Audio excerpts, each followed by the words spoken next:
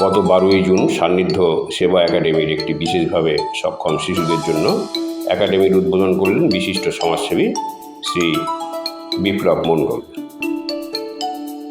তার সঙ্গে সমিতির সমস্ত ছোট ছোট সদস্যরা একটি মনোজ্ঞ অনুষ্ঠানের উদ্বোধন, নৃত্য পরিবেশনায় মৌরি মণ্ডল। সুন্দর একটি ব্যায়াম পরিবেশন করেছে সৃজিতা ঘোষ। প্রচুর দর্শক সমাগম এবং সমবেত অভিভাবিকা মণ্ডলীর উপস্থিতিতে খুব সুন্দরভাবে এই অনুষ্ঠানটি সাজানো হয়েছিল।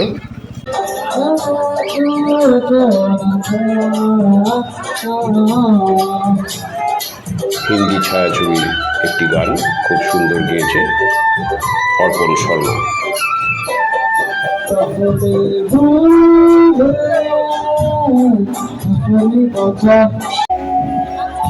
অপরূপ সুন্দর ভক্তিগীতকে শ্রী রিতম রায়।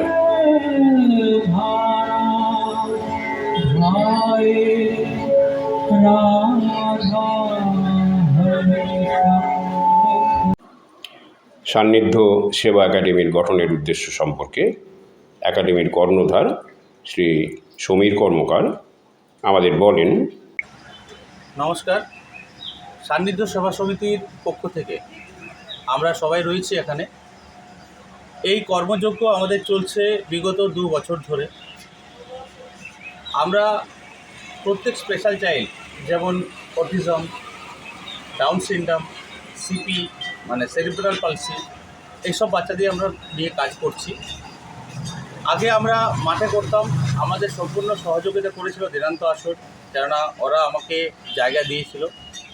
তারপর থেকে যেহেতু আউটডোর ইনডোর সব গেম থাকে, ইনডোরে বেশি আমাদের কাজ হয়, তো সেক্ষেত্রে আমার বন্ধুবান্ধব মিলে আমরা সবাই চেষ্টা করলাম যে কিছু একটা করার, যাতে এদের পার্মানেন্ট একটা অ্যাড্রেস হয়।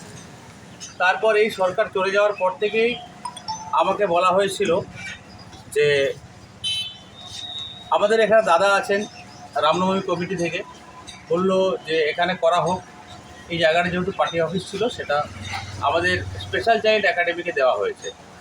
তো আমরা বন্ধুরা মিলে এবং আরও পাশাপাশি যারা বন্ধুরা রয়েছে, তারা সবাই একসাথে আমরা এই স্পেশাল চাইল্ড একাডেমি, যেটা সান্নিধ্য সেবা সমিতি, আমরা সেটা খুলেছি এবং এখানে ক্লাস চলছে, যেমন yoga, dance movement therapy, occupational therapy, physiotherapy, speech therapy, indoor outdoor game এবং স্পেশাল এডুকেশনও হচ্ছে। সেক্ষেত্রে আমরা কয়েকজন বন্ধু মিলে আমরা এটা শুরু করি এবং দাদারা যারা আছেন, আমাদের বরুণদা, আরও অনেক দাদা রয়েছেন যারা এটাকে পুরো সাপোর্ট করছেন। তো আমরা অদূর ভবিষ্যতে সরকারের কাছে প্রার্থনা আমাদের যে তারা যেন এই আমাদের প্রয়োজনীয় সামগ্রী, যে বাচ্চাদের যে সামগ্রীগুলো, সেগুলো যেন অবশ্যই দেয় এখানে, বাচ্চাদের যাতে উপকার হয়, যারা ওরা মানসিক এবং শারীরিক বিকাশ যেন ওদের ঘটে। আমরা এই চেষ্টাই করে গেছি, এই চেষ্টাই করছি। আমাদের স্টাফ রয়েছে এখানে প্রায় 20-22 জনের মতো মেম্বার্স রয়েছে। আমরা এটা এনজিও আন্ডার প্রসেসিংয়ে রয়েছি। সেখানে আমরা আশা করছি 15-20 দিনের মধ্যে আমাদের রেজিস্ট্রেশনটা হয়েও যাবে। তো আমার বন্ধুরা মানে আমাকে যেভাবে উপকার করে, এরকম বন্ধু যেন সবাই পায়। আমার বন্ধুরা আমার কাছে আমাদের ভগবানের মতো। তারা আমার মাঝখানে একটা ছোট্ট কথা বলবো। আমি 2 বছর আগে আমার পুত্র সন্তানকে হারিয়েছি 14 বছর বয়সে। তারপর থেকে আমি এই স্পেশাল চাইল্ড নিয়ে আমি কাজ করছি। তারাই আমার এখন সন্তানসমূহ, সব ছেলেপুলে, এরা আমার কাছেই মোটামুটি থাকে। সপ্তাহে 3 দিন 4 দিন ধরে আমরা ক্লাস করি।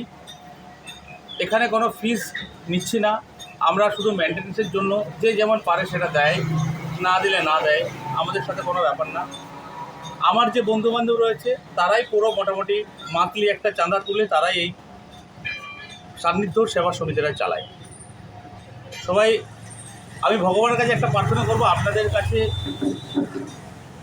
আপনারা একটাই শুধু কাজ করবেন, সেটা এদের পাশে এবং সাথে দাঁড়িয়ে এদেরকে এগিয়ে নিয়ে যাওয়ার চেষ্টা করবেন। আর প্রার্থনা করবেন যেন এরা নিজের কাজটা নিজেরা করতে পারে, এইটুকুই, তার বেশি আর আমরা কিছু চাই না। ধন্যবাদ, নমস্কার। ক্যামেরায় প্রণব কুমার চক্রবর্তী, সত্য কথন, সত্য সংবাদ। সংবাদের এই অংশটি নিবেদন করলেন শিল্পী অশোক দে।